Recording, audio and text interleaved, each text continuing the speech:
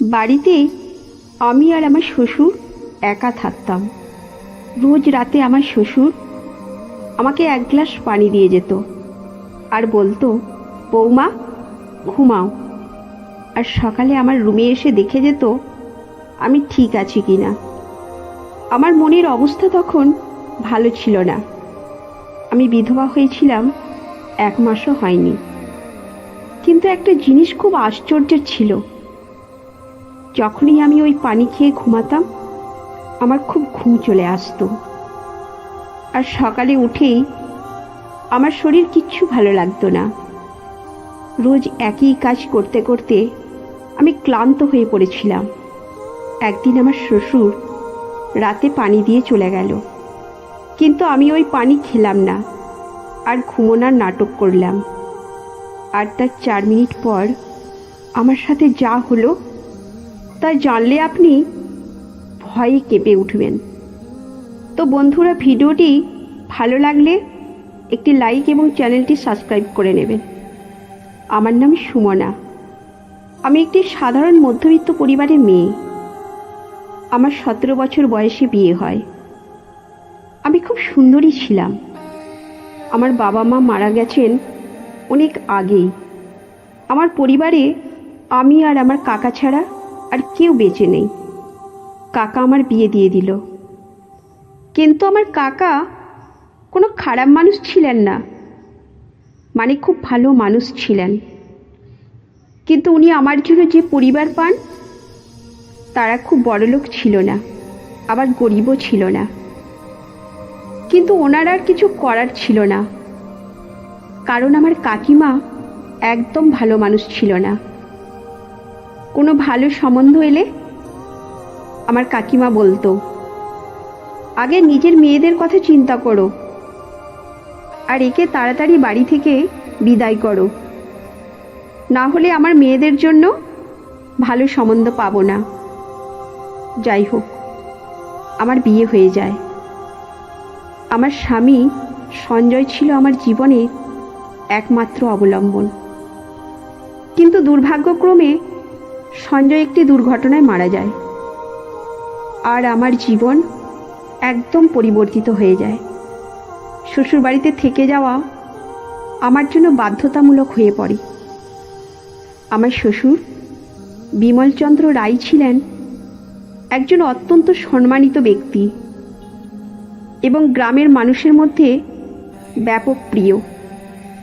তিনি সদয় স্বভাবের হলেও আমার প্রতি তার আচরণ কিছুটা আলাদা ছিল। সঞ্জয়ের মৃত্যুর পর আমার জীবনে শূন্যতা নেমে আসে। শ্বশুরবাড়ির সবাই আমাকে সমবেদনা জানাতো, কিন্তু শ্বশুরের সাথে আমার সম্পর্ক কেমন যেন অদ্ভুত হতে শুরু করে।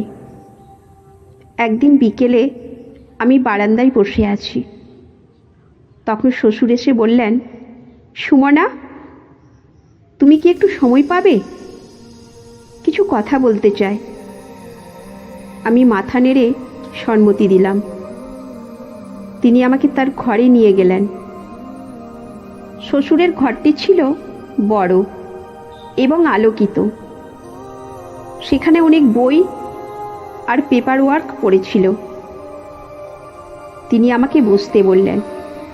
আমি কিছুটা ভয় পেয়েছিলাম, কারণ তিনি সাধারণত এভাবে কথা বলেন না।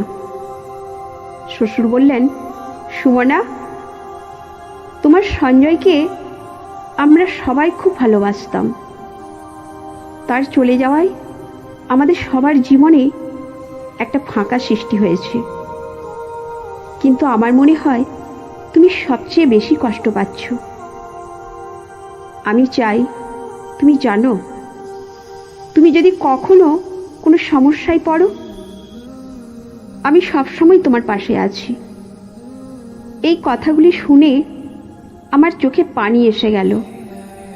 আমি কোনোভাবে বললাম, ধন্যবাদ বাবা। আপনার কথা শুনে আমার মনে একটু সাহস পেলাম।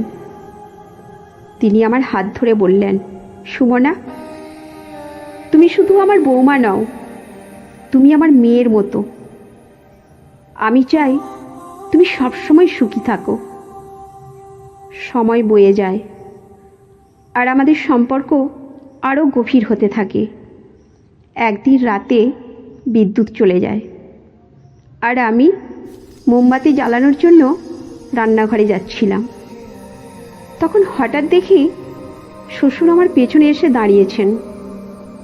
তিনি আমার কাঁধে হাত রেখে বললেন, সুমনা, তুমি খুব সুন্দর মেয়ে। তোমাকে নিয়ে আমার মনে অনেক ভালোবাসা জমেছে। আমার বুকের ধুকপুকানি বেড়ে গেল। আমি কিছু বলতে পারলাম না। শ্বশুরের হাত আমার কোমরে চলে এলো আর তিনি আমাকে কাছে টেনে নিলেন। আমি বুঝতে পারছিলাম এটা ঠিক নয়, কিন্তু তার ছোঁয়া আমাকে অদ্ভুত এক অনুভূতি দিচ্ছিল। এরপর থেকে আমাদের সম্পর্ক আরও ঘনিষ্ঠ হতে থাকে। আমরা একে অপরের সাথে আরও বেশি সময় কাটাতে শুরু করি। একদিন সকালে শ্বশুর আমাকে ডাকলেন তার ঘরে। আমি ভেবেছিলাম হয়তো কোনো গুরুত্বপূর্ণ কাজ আছে, কিন্তু যখন আমি ঘরে ঢুকলাম দেখি তিনি বিছানায় বসে আছেন আর আমাকে ইঙ্গিত করছেন পাশে বসার জন্য। আমি বসতেই তিনি বললেন, সুমনা, আমি তোমাকে কিছু বলতে চাই। তুমি কি জানো আমি তোমার মধ্যে কি দেখেছি? আমি তোমার চোখে এক অনন্য সুন্দর ভালোবাসার ছাপ দেখেছি। আমি একটু অবাক হলাম। শ্বশুর বললেন, তোমার মতো মেয়েকে পেয়ে আমি নিজেকে খুব সৌভাগ্যবান মনে করেছি। তুমি কি আমাকে ভালোবাসো সুমনা? আমি কিছু বলতে পারছিলাম না।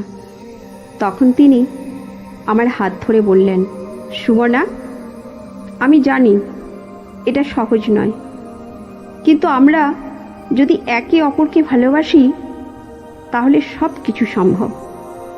আমাদের সম্পর্ক দিনে দিনে আরও গভীর হতে থাকে।